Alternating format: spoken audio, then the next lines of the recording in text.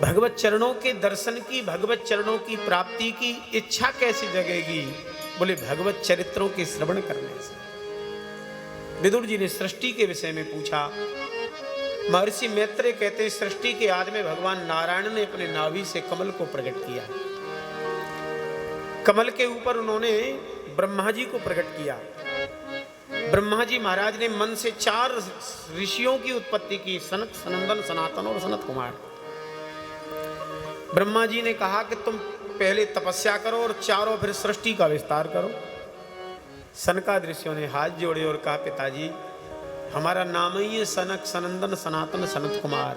सन शब्द का अर्थ होता है तपस्या। जैसे अंग्रेजी में सन माने सूर्य होता है, वैसे ही संस्कृत में सन माने तपस्या होती है। अब आपने नाम तो रख दिया, हमारा तपस्या से जोड़ते भाई, और अब कह रहे हो कि विवाह करो पहले। गुरु जी, पिताजी क्षमा करो आप। अरे महाराज इतना सुनते ही तो ब्रह्मा जी को गुस्सा आ गई। अच्छा, गुस्सा का भी मूल में कहीं ना कहीं कारण बात न मानना मुख्य होता है। हम जब किसी से आशा रखते हैं कि हमारी कोई बात माने और वो नहीं मानता तो फिर चिड़चिड़ा स्वभाव होता है, फिर गुस्सा भी आती है। या हमारी कोई इच्छा पूरी नहीं होती है तो गुस्सा आती है। गुस्सा के यही कारण है। गीता में जो भगवान ने क्रम बताया, संगात संजायते कामः, कामात् क्रोधो विजायते, इसमें कामनाओं से काम को लिया है, इच्छाओं से कामना को लिया है। क्रोध आया, भौएं चढ़ गई। उनके भौं के मध्य से नील लोहित भगवान शिव प्रकट हो गए। भागवत कल्प के अनुसार भगवान शिव का प्राकट्य ब्रह्मा जी के भ्रूमध्य से है। ब्रह्मा जी ने शिव जी को कहा कि सृष्टि का विस्तार करो, तुम्हारे 11 रूप हो जाएंगे और 11 तुमको रुद्रणियां होंगी। भगवान शिव ने सोचा कि बड़े भाइयों ने बात नहीं मानी, गुस्सा आ गई, हम नहीं मानेंगे तो गुस्सा करेंगे। चलो उन्होंने कर दी सृष्टि प्रारंभ। लेकिन भोले बाबा की सृष्टि तो वैसी ही होगी, भूतों की, प्रेतों की, यक्षों की, बेतालों की। एक दिन भूत प्रेतों ने ब्रह्मा जी को ही घेरा, बोले पकड़ो पकड़ो ब्रह्मा जी को ही, खाओ खाओ, बाल भोग खाओ इनका। ब्रह्मा बाबा इतने घबराए और भोले बाबा से कहा अलम प्रजावी सृष्टावी ईदृशोपि सर्वोत्तमा, बंद करो महादेव अपनी सृष्टि को, नहीं तो हमारी सृष्टि का बाल भोग हो जाएगा। हमारे भोले बाबा यही चाहते थे कि शंकर सहज स्वरूप समारा, शंकर सहज स्वरूप समारा, लागे समाधि अखंड अपारा, लागे समाधि अखंड अपारा। भगवान शिव समाधि में गए, तब उन्होंने मरीचि, अंगिरा, पुलत्स्य, पुलह, क्रतु, भृगु, वशिष्ठ, दक्ष, 10वें नारद जी को प्रकट किया। 10 ऋषियों की उत्पत्ति और सबको एक ही किया, करो तपस्या और करो सृष्टि का विस्तार। छाया से करदम ऋषि को प्रकट किया और कहा करो सृष्टि का विस्तार तपस्या के बाद। फिर भी सृष्टि तीव्र गति से नहीं बढ़ रही है। तब ब्रह्मा जी को चिंता भई। उन्होंने निर्णय लिया कि बोले एक मैथुनी सृष्टि का प्रारंभ करना पड़ेगा, स्त्री पुरुष के संयोग से सृष्टि का प्रारंभ। जो पुरुष थे सबसे पहले उनका नाम था स्वयंभू मनु, और उनकी धर्मपत्नी के रूप में श्री शतरूपा जी प्रकट भई। स्वयंभुव मनु अरु शतरूपा, इनते भई नर सृष्टि अनुपा। ब्रह्मा जी ने उनको भी कहा करो तपस्या सृष्टि। मनु जी महाराज ने कहा कि महाराज हिरण्याक्ष नाम का दैत्य कहता है कि पृथ्वी मेरी है, मेरी है, मेरी है, मेरी है। बताओ कहाँ रखें लोगों को, क्योंकि सृष्टि के बाद धरा चाहिए जो धारण कर सके लोगों को। अब धारण करने वाली को तो पूरे को काबिज कर लिया है हिरण्याक्ष दैत्य ने। अच्छा, एक निवेदन करें, इस हिरण्याक्ष दैत्य की वृत्ति पूरे संसार में फैली हुई है कि केवल इसी के भीतर थोड़ी है बेचारे की। ये भी मेरा हो जाए, ये भी मेरा हो जाए, ये भी मेरा हो जाए, ओ बढ़ाते चले जाओ जहां जहां तक। ये वृत्ति का नाम हिरण्याक्ष वृत्ति ही है। जहां तक भी हो हमारा ही बोर्ड लगा हो, हमारा ही नाम हो, ये सब वृत्ति उसी का नाम है। और सच्ची बात तो ये है, कितना भी बड़े से बड़ा महाराज पृथ्वी के हिस्से पर लोगों का कब्जा हुआ, आज एक भी कोई नाम लेने वाला है उनका?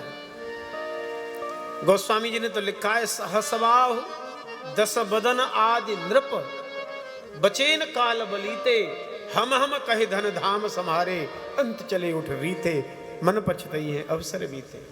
ये मेरा कह के रावण चला गया, सहस्रबाहु चला गया, और कितने चले गए और कितने जाएंगे, यही चलता रहेगा क्रम। ब्रह्मा जी बेचारे चिंता में पड़े, क्या करूं? भगवान का स्मरण किया, नाथ अब इस संकट से तो आप ही बचा सकते हो। और सही बता मैं, ये वृत्ति जब ऐसी जागने लग जाए ना खोपड़ी में कि और बढ़ाऊं और बढ़ाऊं और बढ़ाऊं, तो ठाकुर जी से प्रार्थना करनी चाहिए, तो ही रुक पाएगी ये, नहीं तो बढ़ती चली जाएगी। ब्रह्मा जी ने भगवान का स्मरण किया, उनके नासा विवर से यज्ञ 12 भगवान प्रकट हो गए। बोलो यज्ञ 12 भगवान की जय। तमाल नीलम शीतदंत कोट्या, श्याम तमाल के समान जिनकी अंग कांति थी, रोम रोम से वेद मंत्र निकल रहे थे, सुरुख सुरवा आदि प्रकट हो रहे थे। भगवान यज्ञ 12 प्रकट होकर के गर्जना करते हुए हिरण्याक्ष के ऊपर टूट पड़े। उस समय हिरण्याक्ष पृथ्वी के सूक्ष्म भाव को समुद्र में छुपा दिया था उसने। भगवान गर्जना करते हुए जब आए तो उसने मुड़ के देखा कि ये तो 12 रूप है, यज्ञ 12 जैसे जंगली सुगर होता है ना वैसा रूप है। बड़ी तेजी से ठाका मार के ऐसा बोले, आओ आओ जंगली 12 आओ। भगवान ने कहा, युष्माद विधान मृगे ग्राम सिंघन, ठीक कहते हो हम जंगली 12 हैं, लेकिन तुम जैसे कुत्तों की खोज करते रहते हैं। ग्राम सिंह माने होता है कुत्ता। इसको बड़ा बुरा लगा कि देखो तो मुझसे कुत्ता कह रहे हैं।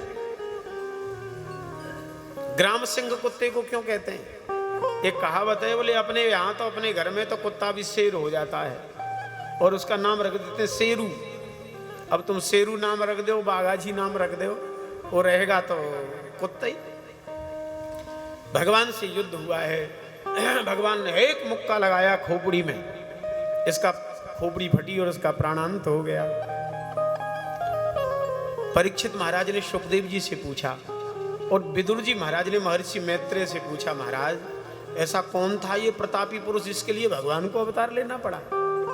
महर्षि मैत्रेय बताते हैं विदुर जी को, श्री सुखदेव जी बताते हैं परीक्षित को। ये संवाद अलग अलग चल रहे हैं, कालक्रम अलग है, समय अलग अलग है।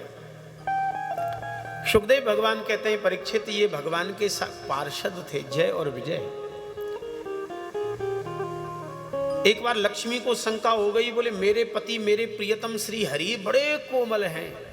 अच्छा हुआ क्या, एक महात्माओं की मंडली आई, खुल गई बारिश, भैया गाड़ी निकलवा दो। अच्छा हमारे दीक्षा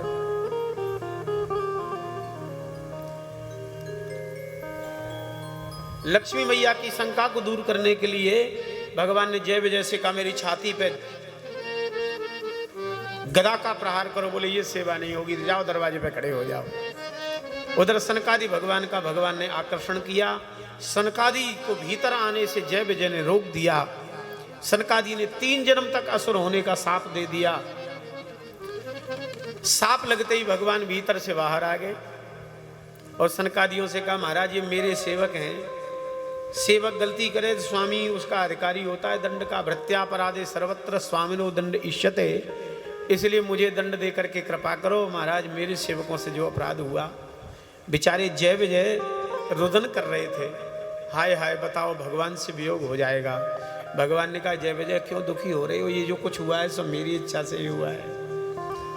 इतना सुना कि जब आपकी इच्छा से हुआ है तो फिर तो मुस्कुराने लग गए और मुस्कुरा करके गाने भी लग गए। भगवान जहां भेजो, जहां रखो, जिस स्थिति में रखो, बस उसमें आपका स्मरण बना रहे, आपके बने रहे, तो हमें कोई समस्या नहीं है।